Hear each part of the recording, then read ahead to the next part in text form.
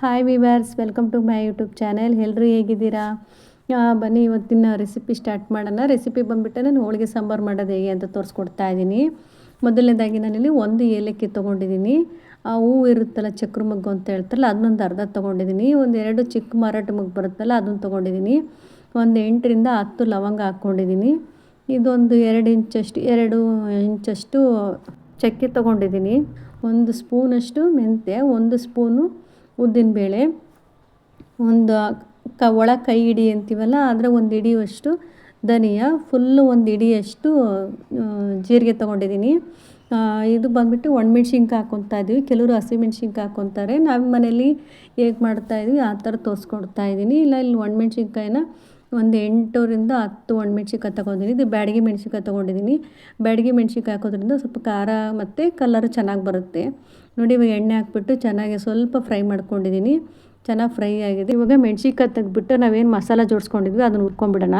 ಯಾವುದಿರುತ್ತೆ ಅದನ್ನು ಒಟ್ಟಿಗೆ ಸೇರಿಸ್ಕೊತಾ ಇದ್ದೀನಿ. ಮಸಾಲೆ ಮತ್ತು ಉದ್ದಿನಬೇಳೆ, ಮೆಂತ್ಯಕಾಳು ಇದೆಲ್ಲ ಒಂದೇ ಸ್ವಲ್ಪ ಗಟ್ಟಿ ಪದಾರ್ಥ ಇರೋದ್ರಿಂದ ಎಲ್ಲ ಒಟ್ಟಿಗೆ ಆಗಿಬಿಡುತ್ತೆ ಅಂತಂದು ಹೇಳ್ಬಿಟ್ಟು ಒಣಮೆಣ್ಸಿನ್ಕಾಯಿಂದ ಏನು ತೆಗೆದಿದ್ದಿಲ್ಲ ಎಣ್ಣೆಯಿಂದ, ಅದೇ ಎಣ್ಣೆ ಒಳಗಡೆ ಕಾಳುಗಳನ್ನ ಹಾಕೊಂಡು ಚೆನ್ನಾಗಿ ಫ್ರೈ ಮಾಡ್ಕೊತಾರೆ. ಲೋ ಫ್ಲೇಮಲ್ಲಿ ಹಿಡ್ಕೊಬೇಕು. ತುಂಬ ಜಾಸ್ತಿ ಹಿಡ್ಕೊಂಡ್ರೆ ಏನಾಗುತ್ತೆ, ಎಲ್ಲ ಸೀದೋಗ್ಬಿಡುತ್ತೆ.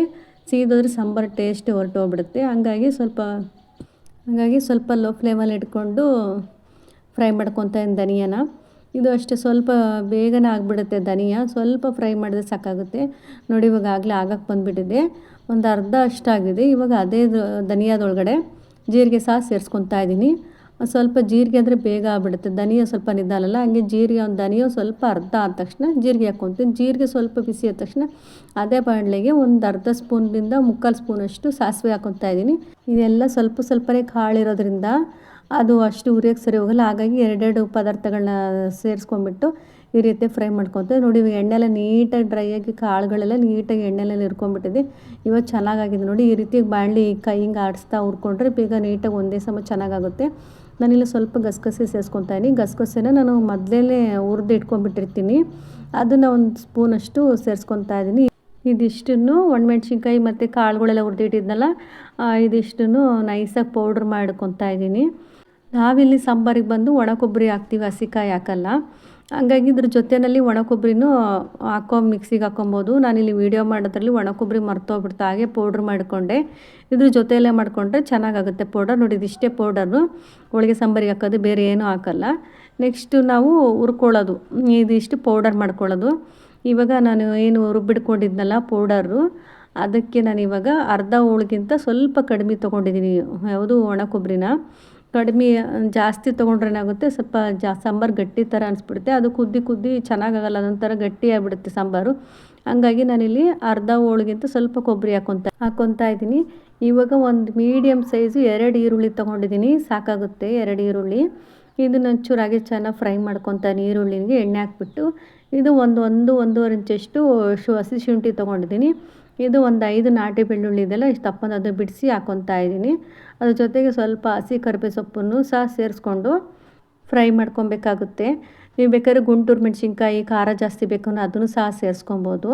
ಇವಾಗ ಚೆನ್ನಾಗಿ ಫ್ರೈ ಆಗಿದೆ. ನಾನಿಲ್ಲಿ ಸ್ವಲ್ಪ ಕೊತ್ತಂಬರಿ ಸೊಪ್ಪನ್ನು ಹಾಕ್ಕೊಂಡಿದ್ದೀನಿ. ಕೊತ್ತಂಬರಿ ಸೊಪ್ಪೇನು ತುಂಬ ಫ್ರೈ ಆಗೋದು ಬೇಡ, ಹಾಗೆ ಸ್ವಲ್ಪ ಹಾಕಿದ್ರೆ ಸಾಕಾಗುತ್ತೆ.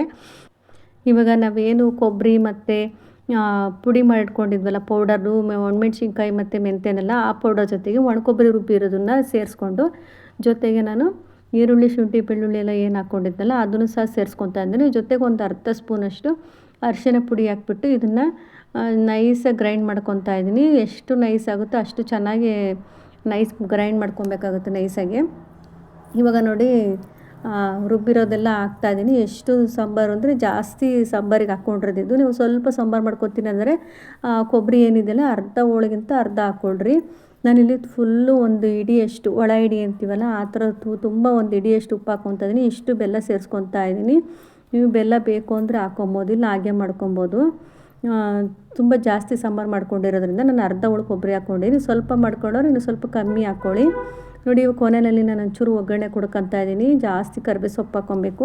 ಒಂದು 4 ಒಣಮೆಣ್ಸಿನ್ಕಾಯಿನ ಹಾಗೆ ಮುರಿದ್ಬಿಟ್ಟು 1-2 ಹಾಕ್ಕೊಂಡಿದ್ದೀನಿ. ನೋಡಿ, ಚೆನ್ನಾಗಿ ಕುದಿ ಬಂದಿದೆ. ಲಾಸ್ಟಲ್ಲಿ ಒಗ್ಗರಣೆ ಹಾಕ್ಕೊತಾ ಇದ್ದೀನಿ. ತುಂಬಾ ಚೆನ್ನಾಗಿ ಬಂದಿರುತ್ತೆ ಫ್ರೆಂಡ್. ಈ ರೀತಿಯಾಗಿ ನಾನು ಯಾವ ರೀತಿಯಲ್ಲಿ ಹೇಳ್ಕೊಟ್ಟಿದ್ದೀನೋ ಅದೇ ರೀತಿಯಲ್ಲಿ ಮಾಡಿ. ಕೆಲವರು ಹೋಳಿಗೆ ಸಾಂಬಾರು ಇಷ್ಟಪಡಲ್ಲ. ಈ ರೀತಿಯಾಗಿ ಮಾಡ್ಕೊಂಡು ನೋಡಿ, ತುಂಬ ಚೆನ್ನಾಗಿ ಟೇಸ್ಟಾಗಿ ಬರುತ್ತೆ.